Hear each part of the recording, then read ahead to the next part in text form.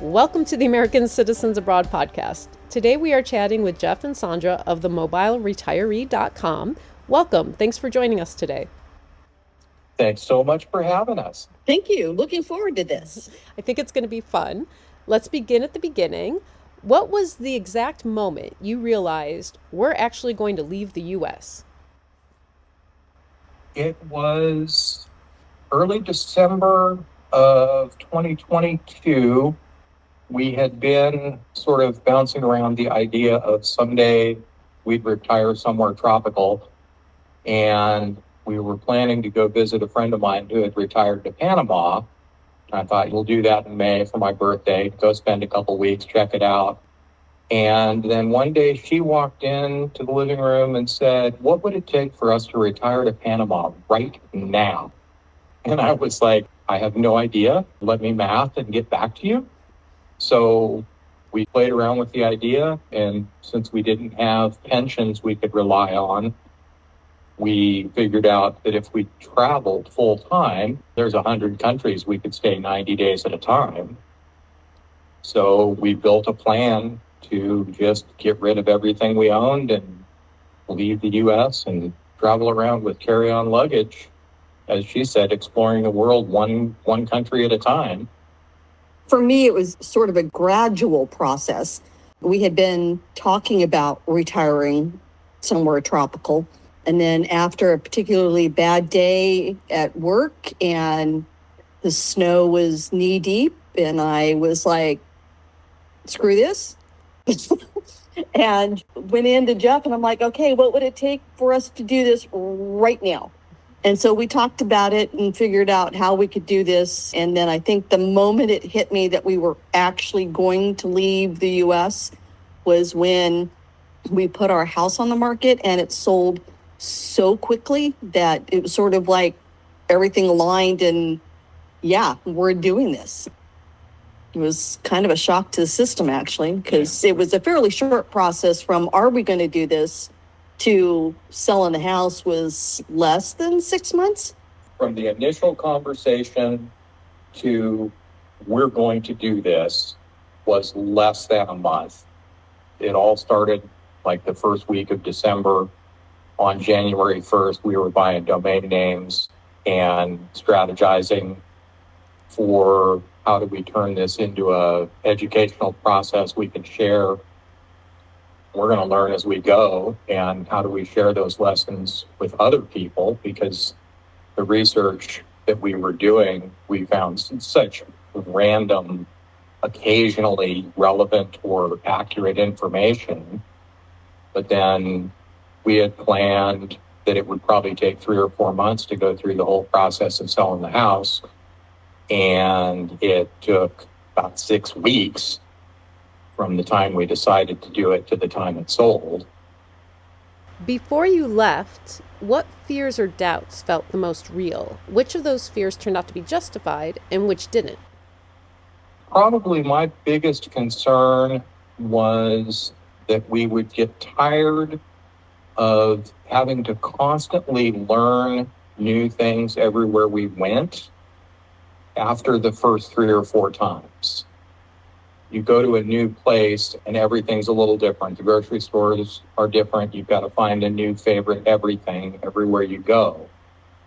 And I was a little concerned that after doing that for 3 or 4 tries, we might get burned out on it. So we had initially committed to, we'll travel for 2 years. And at the end of 2 years, then we'll make a decision. Do we want to continue to do it? Or was this just an experiment? We need to come up with a new plan. The reality is that we haven't run into anything that's made us think, oh, this was a bad idea. Everywhere we've gone, we've had amazing experiences. And even the things that haven't gone smoothly or haven't gone according to plan is always, okay, so here's a thing we learned today. Learning about the bus schedule in Albania not actually being a thing. It says it's a schedule, but it's not. That's one of the beauties of being a nomad is that if the bus doesn't come at 4 o'clock, it doesn't mean you missed a flight. It just means you have to stay the night someplace. Right, exactly. We fully embraced it. Air Force buddy of mine used to say, Semper Gumby. So always flexible. That's been our lifestyle. I think my biggest concern was not enjoying it, realizing that once we've sold everything and reduced our lives down to carry-on luggage, to then be a couple of months into it and going, oh, this was a big mistake. That was a concern for me. And don't let the influencers and social media hype tell you otherwise. Being a nomad is not easy. The mental load of constantly figuring out where you're going to go next, where you're going to stay, how long are you going to stay there, how are you going to get there, is a mental load. And it can be somewhat daunting. Plus, I was also a workaholic, and the idea of leaving my job because I loved my job was a concern of mine, but worked things out with my boss that I could work remotely. As far as that went, I realized after my brain had a chance to decompress from the energy that is in the States, I think it lasted about 6 months before we came to the conclusion that I didn't want to work anymore. So I quit. Well, let's be fair. It took you about 6 months to figure it out, and then another 6 months to extract yourself. True. That's true. Yeah, extract myself is the right way to put that. The biggest concern probably was the not enjoying it. Once you get out of vacation mode, it's actually quite enjoyable. There is the mental load with everything that has to do with being a nomad, but it's still fun. You talk about the things we might be concerned about, the fears we might have. I hadn't really thought about it until Sandra mentioned selling all our stuff. I was very emotionally attached to things that we had collected over the years. Because we had traveled and I had collections of this and that, stuff that we'd drug around the world for 30 years, 40 years, and getting rid of it all means we don't have it. So if this experiment does fall through, we're going back to the States and we're starting with 5 Home Depot storage totes, basically. And everything that we had collected is scattered to the 4 winds. That was I don't know that it was a fear necessarily. It weighed on my mind the first couple months. The concern of not liking it and then having to return to the States with our tail between our legs and start over at the age of 60 was a little bit concerning. As it turns out, it's not, because we don't plan on going back to the States. You've shared that you aim to live on around $40,000 a year. How realistic is that today? It's very realistic if you understand the parameters, I guess.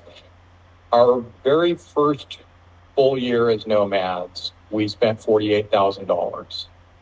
And that overage was entirely accounted for in little upgrades, a couple $100 here and a couple $100 there. Oh, we could get a nicer apartment for $1,100 instead of spending $850. Oh, we can upgrade to extra legroom, premium economy, whatever on a flight, and it's only another couple $100. The it's only trap, which we had managed to avoid for years before we retired, really kind of accounted for all of that. Year 2, we spent $40,158, and that was still comfortable. I mean, we didn't sacrifice anything. We spent more on accommodations in a couple places than I was comfortable with, but we got what we paid for. I think it's ironic, too, that the first year we had, or you had, everything mapped out. We knew exactly where we were going, what we were doing, how we were getting there. It all mapped out. The second year, we sort of, other than that first location in Buenos Aires, didn't have it mapped. So we weren't stuck with airfare or accommodations and finding out that we didn't like a place, or getting to England and we had to scramble for a place because we suddenly had a gap in some pet sits that had been scheduled. Instead of 5 days, we had 29 days. We spent a lot more pet sitting, which is crazy because theoretically that's free accommodation. And that 3 months, We actually spent more on accommodations because we were in hotels 3 or 4 nights here and there, which was way more expensive than doing a 30-day rental through Booking or Airbnb. What are some of the biggest hidden costs of moving abroad that Americans might not anticipate? I really dislike that hidden cost. The things that people don't anticipate are primarily the infrastructure costs of moving somewhere. As far as being nomadic goes, people get caught out maybe by transportation being more expensive than they expected. But anyone who's surprised by accommodation costs hasn't done the research they needed to do. If people say, oh, I didn't realize it was so expensive to stay in this country, all the information is there. You can go to booking.com or Airbnb or VRBO and say, oh, I want to go to Inverness for 30 days. How much does it cost? Oh, it's $2,500 is the cheapest place I can find. And then you get there and you're surprised it's expensive. That's a research failure, I think. And again, I hate the word hidden cost, hidden gem. Research is available. But one thing that they don't think about is, like Jeff was saying, the infrastructure. If you're not in the States, where's your mail getting delivered? We're fortunate that our mail is delivered to our son and he handles it. But if you don't have somebody that you trust to handle your mail, then you're paying for one of the mail processing places where they scan your mail and email it to you. The fees for, if you do decide that you want to set up residency someplace, there's the fees for the notary and the documents and the mailing stuff back and forth to the States to get that all taken care of. If you decide that you don't want to downsize quite as drastically as we did, where are you putting your stuff? It's in storage. You're going to pay for storage as well. We were very fortunate that we did manage to downsize drastically, so we didn't have to worry about that sort of stuff. There's financial things. If you are doing wire transfers between bank accounts, if you're withdrawing money from ATMs, people don't necessarily anticipate. For example, in Panama, you can only withdraw, I think $250 was the limit. And it costs like $9 for an ATM withdrawal. If you're paying the rent in cash and you have to make multiple withdrawals, that adds up in a hurry. And there's ways to mitigate that with a Schwab or a Fidelity account that refunds your ATM fees. But we're so used to just putting the card in and getting money and not paying a fee for that. And that's not the reality when you're traveling internationally. Until you have a local bank account, every ATM you go to is going to charge you a fee. And if you're moving money around, the cost of moving small amounts can be really irritating. If you don't have a cushion that you can transfer 3 or 4 months worth of money at one go, because it costs the same to wire transfer $2,000 as $12,000. And I don't know that people really take that into account. And if you're going to travel with pets, which fortunately we don't travel with pets, but we have met with other expats that do, and the hidden costs there with traveling with your pet, the fees that are associated with getting them flights and the vet bills and things like that can also kind of be a shocker. You can't just take your pooch on the plane with you and fly to Italy. There's documentation involved, and there's usually vaccinations and vet visits and quarantines. I don't know if they do quarantines anymore. There's some costs associated with that. What would you say to someone who feels they don't have enough saved to do what you do? Well, I was going to say, we didn't have enough saved either when we when we did this. And that was the biggest stumbling for us, is in order to do this, we had to sell everything. We couldn't afford to put things in storage and travel full time. We couldn't afford to have a house back in the States or cars or any of that stuff and travel full time. Just decide on what your priorities are.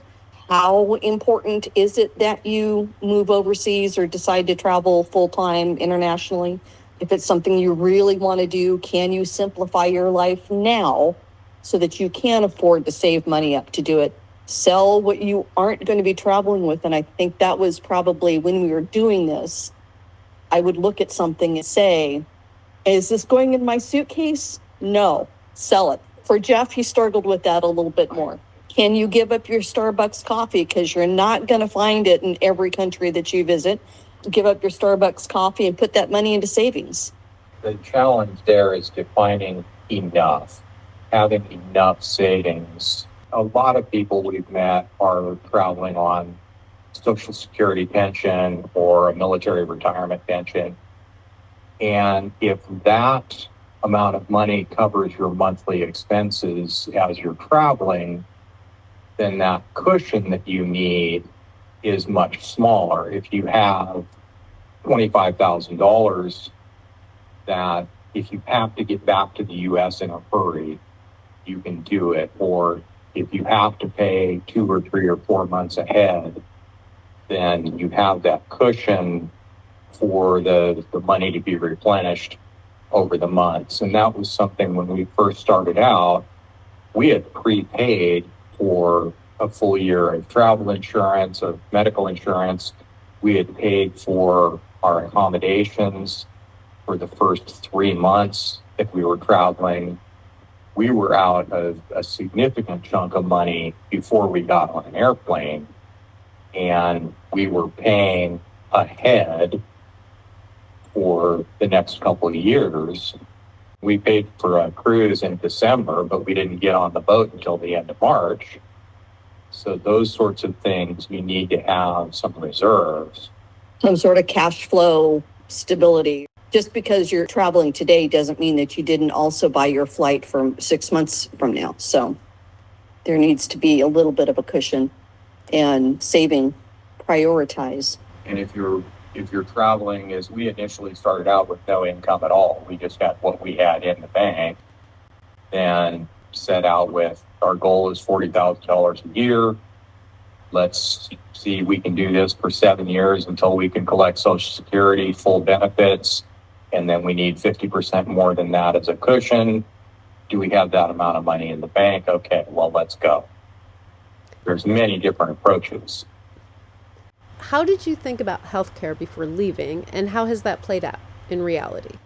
We originally kept our ACA plans in the States and purchased international health insurance. Which is different than travel insurance.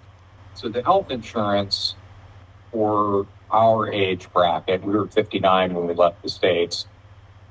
I tell a lie. We had turned 60 by the time we actually got on the plane. But and you had pre-existing conditions. And I had pre-existing conditions, but it was $2,400 for a year. And really what we were looking for was repatriation coverage. If something really, really went tragically wrong and we had to be repatriated back to the U.S., we wanted insurance that would cover that.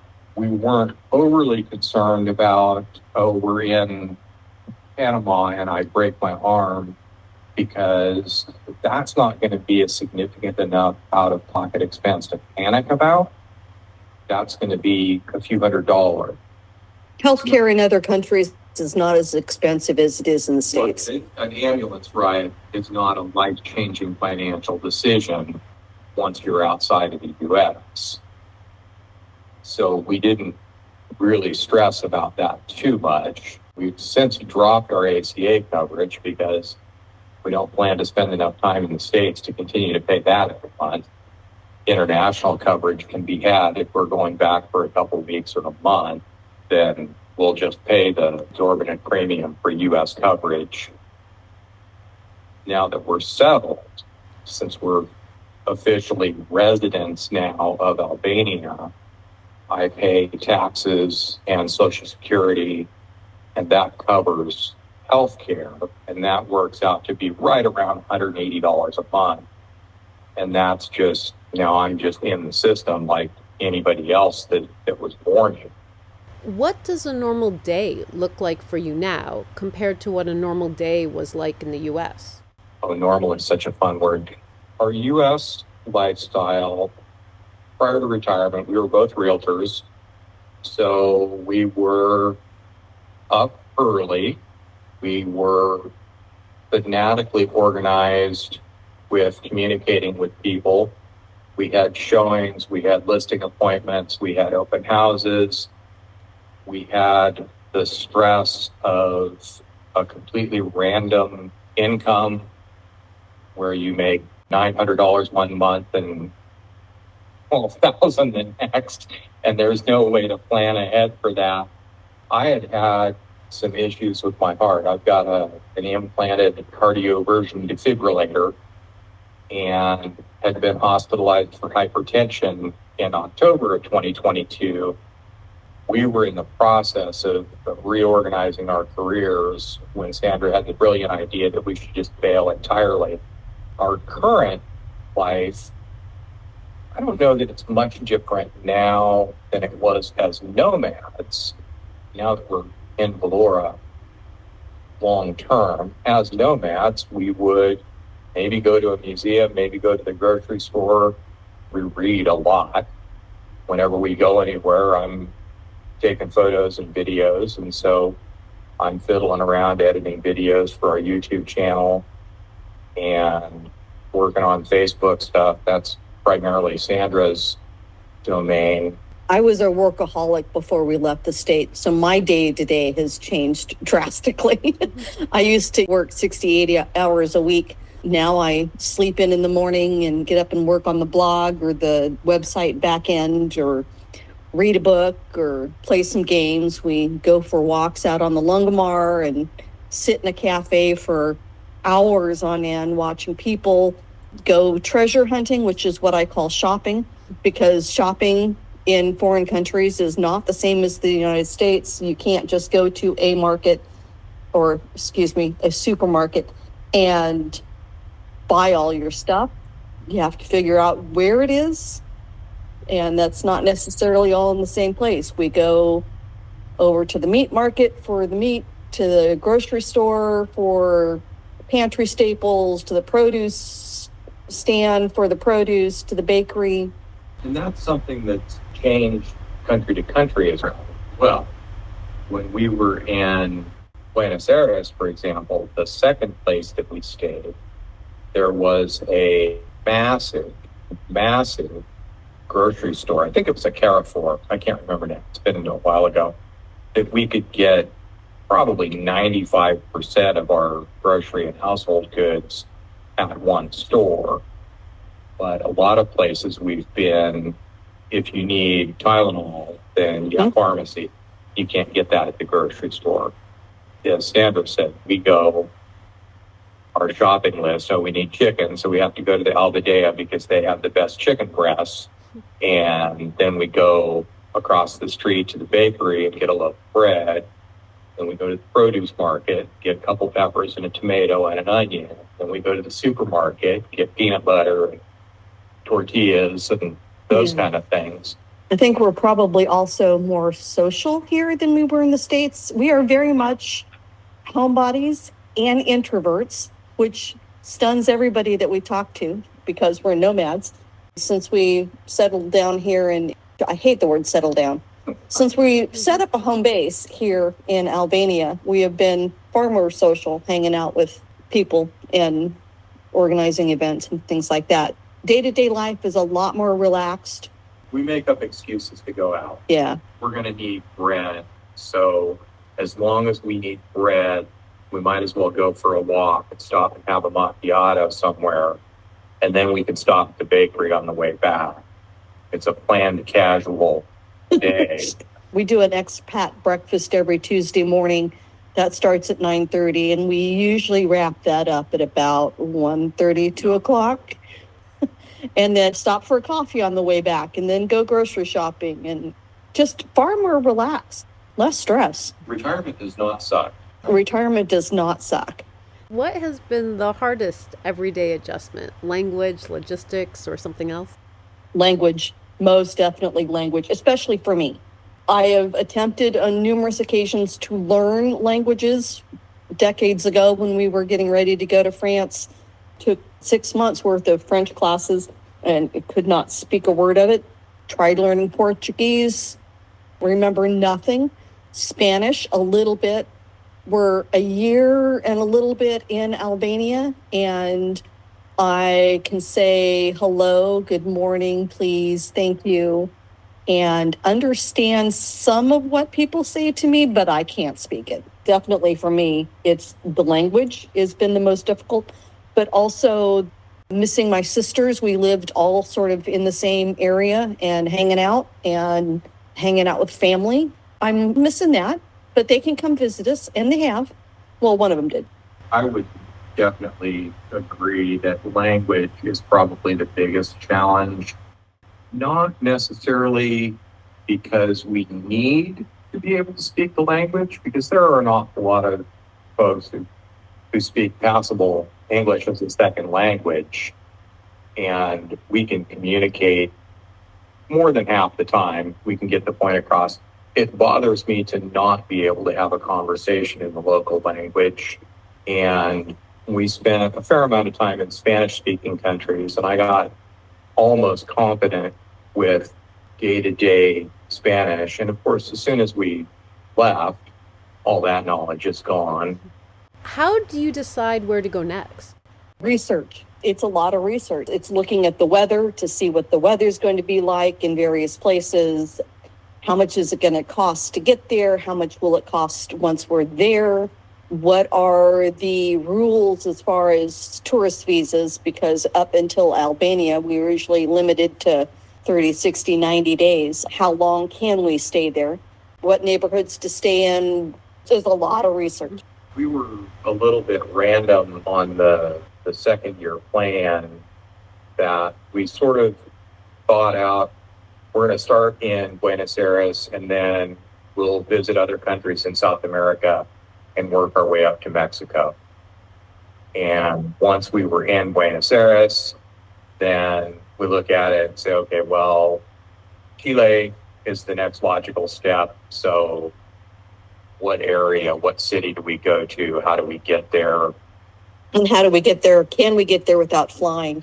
And then from Chile, plans kind of changed, because we had planned on just slowly traveling northwards to Mexico and then hopping back into the States and resetting for another year. That went right out the window when we realized we needed to get back to Europe because we enjoy Europe more. So we hopped, skipped, and jumped and decided not to explore quite as much of South America as we had originally planned. We had booked a cruise that ended up in Rome, and then sort of looked around at, what if we stay in Italy? What if we go to France? What if we? And one day Sandra says, so what do you know about Albania? Like, I'm aware of its existence as a country. It's near Greece, right? He's like, yeah, it's Greece. So let's talk about it. And we looked at Durrës and thought, well, that looks like a great place to spend a couple months, learn a little bit about the country. And that was as far ahead as we had planned, was to spend 2 months at Durrës and then maybe go see more of Europe. And that changed. We loved it so much, we decided to go visit Pogradec. Loved it so much, 1 month turned into 4. Next thing we know, we're in Saranda and then Vlorë, with the idea that for those that don't know, Americans can stay in Albania for a full year without having to fill out any paperwork or visa documents or anything like that.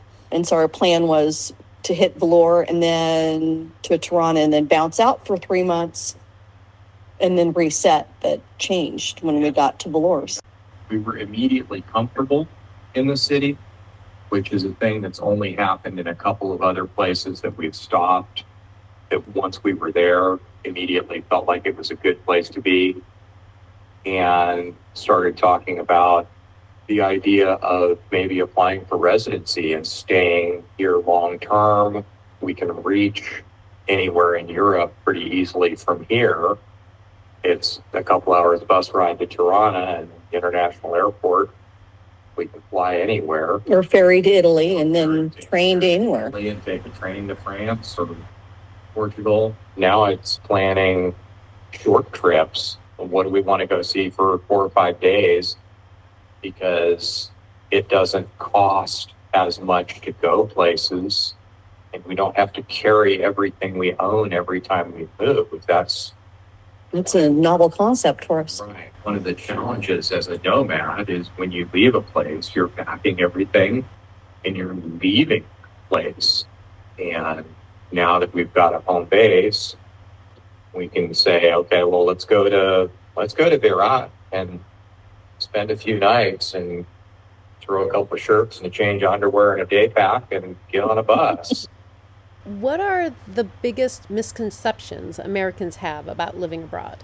The things that we heard the most frequently, first one is going to be about language, because we always hear that, oh, you don't need to worry about it because everybody there speaks English. And that is patently false unless you're staying strictly in resorts and 100% tourist-focused areas. People travel with some interesting ideas about how valuable American dollars are. The US dollar is not the be-all, end-all that people seem to think it is. People travel with a Bill of Rights mentality, that because you have these rights in the US, then you just have them. And that's not necessarily true. Laws change, and being from the US doesn't really buy you anything except you're a novelty in certain places. Yeah. The biggest misconceptions is that it's so expensive, and the biggest misconception, depending on your point of view, is that it's so cheap. We get what they call the bagpackers, the people that travel internationally full time, basically begging on the streets to buy their next place. Don't do that. And that it's so expensive. It's not a luxury vacation resort mode 24/7. It can be done affordably. By affordably, we say around $40,000 a year, but you're not traveling in vacation luxury mode. It's not that. It does cost. You can't just go and freeload in various countries. Please don't do that. The other misconception is it's not a bed of roses, and it's not a 24/7 Instagram moment. You will have days when you are traveling internationally where you're bored, because you've done that. You've been to the museums. You've done all the sightseeing tourist spots. You're sitting in your apartment, reading a book or putting together a puzzle or whatnot. It's just a normal day.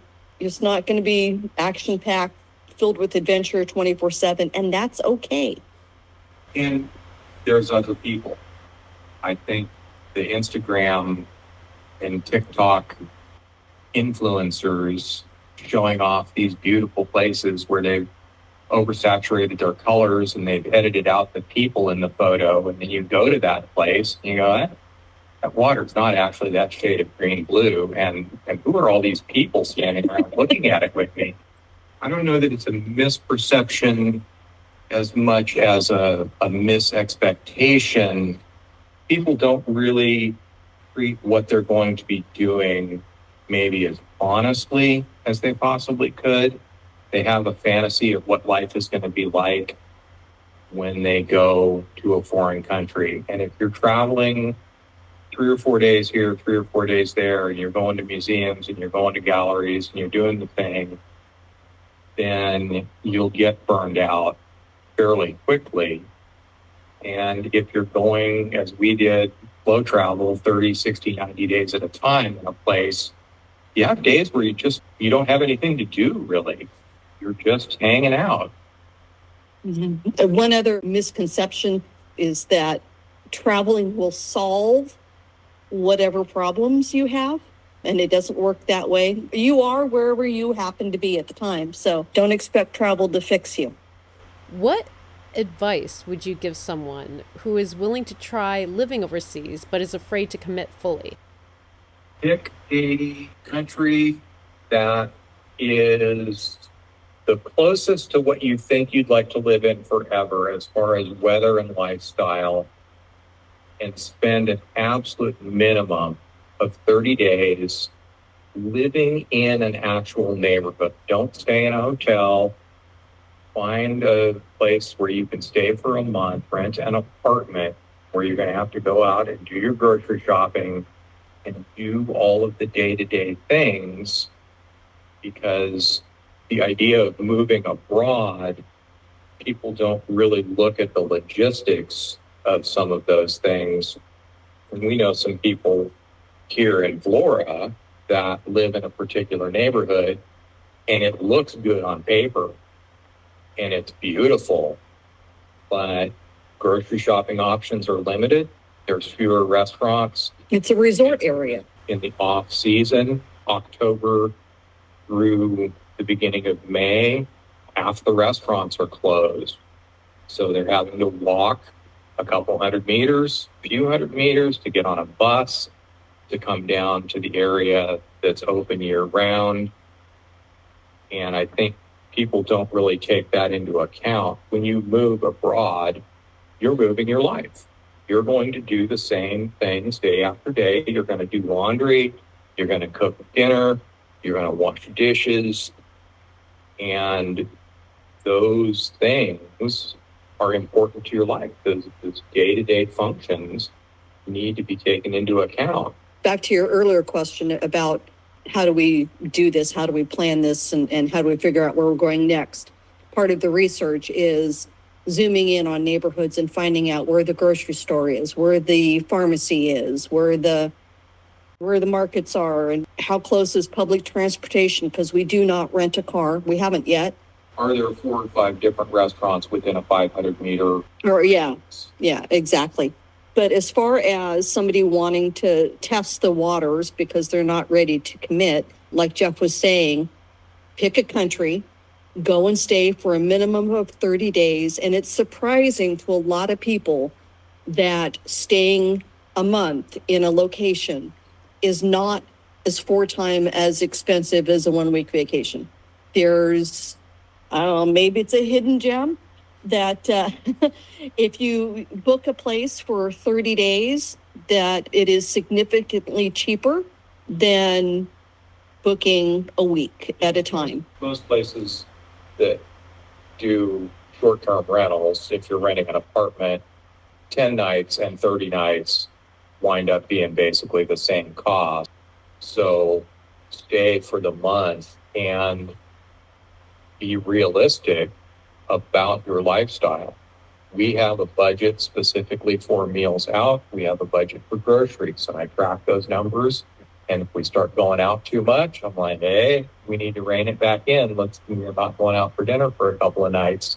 When they do book that 1-month apartment someplace in whatever country they decide, don't go during high season, go in the off season. What does that neighborhood look like when 70% of the shops are closed because everybody that works in the area has decided to take the month of August off? And it's totally different here where we are now, here in Velour. It's just the amount of people in the shops that are open, and the energy is totally different than what it was in January. Go in the off months. How has this lifestyle changed your relationship with each other? Well, we've been married 40 years, so we pretty much know each other. We also worked together for the last 2 years before we left, and we're together pretty much 24/7. So we knew each other. I don't think it's really changed us. I think we have learned a little bit more about each other. I think Jeff has discovered just how cranky I can be when it is hot and muggy and I am tired and hungry. I don't think he's actually ever really seen that side of me before.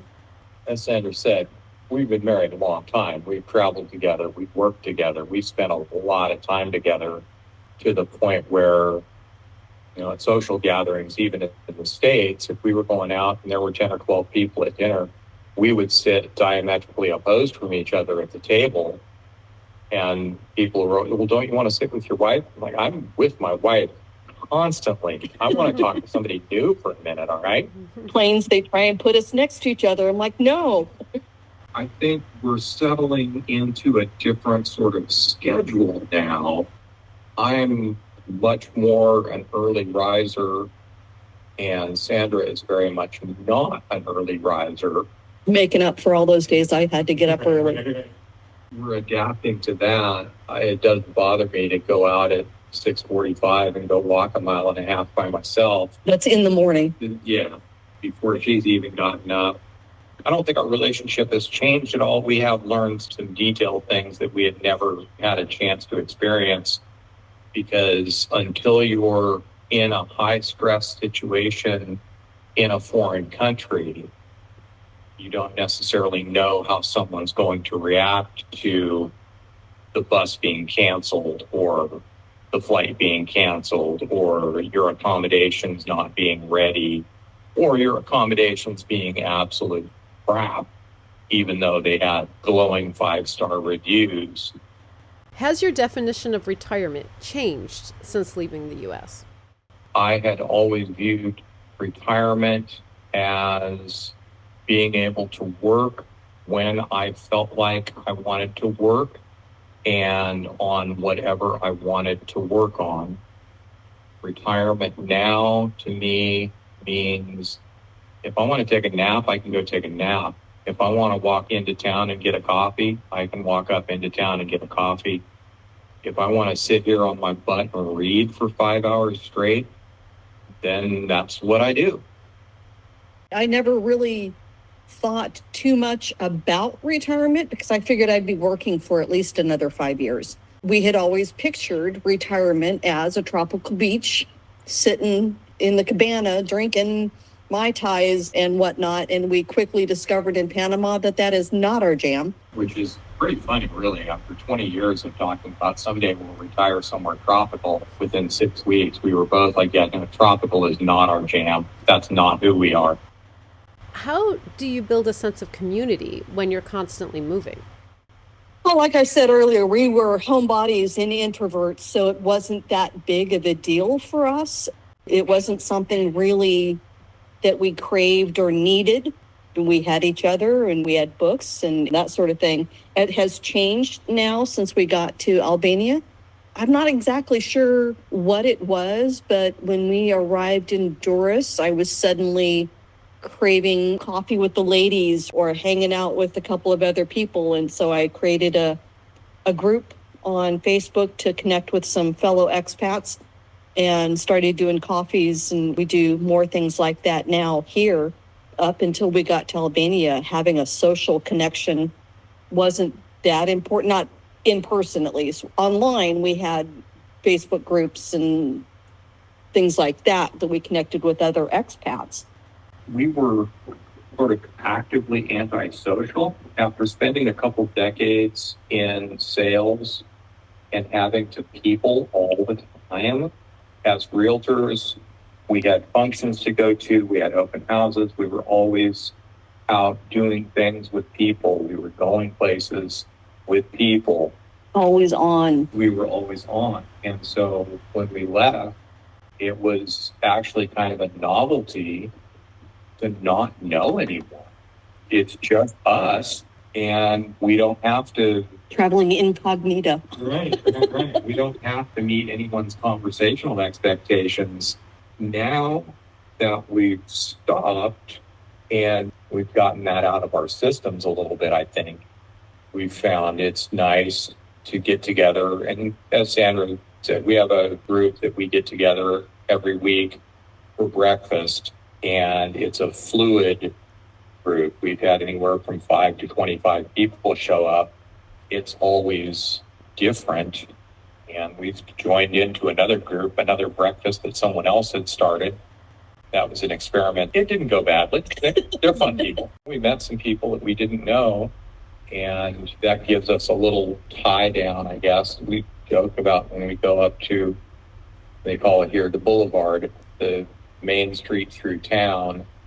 We'll sit down at one of our favorite Greek fast food places, and we're sitting out front eating. And everyone we know will wander by in the hour that we're sitting there. It's hilarious to just, oh, hey, how's it going? One friend of ours said, every time I see you guys, you're eating. I kind of always see us in the same place. So, yeah, that'd be true. Yeah. Back in the States, we didn't go out for lunch because we lived out in the middle of nowhere. Unless we were meeting with clients, we were usually in the office or at home. We're going to go out to lunch. Well, that's $60. we're here, we're going to go out to lunch, and that's $9, $12. Yeah. It's not a big deal. How do locals typically react to American expats like yourselves? We've not had any negative. I mean, we've had a couple of, I should say, maybe 2 negative interactions. Over a decade ago, a rather brusque waiter at a restaurant in Paris and a waiter in Pogradets last year, which we still haven't quite figured out what that issue was. Oh, no, Duras at the pizza place.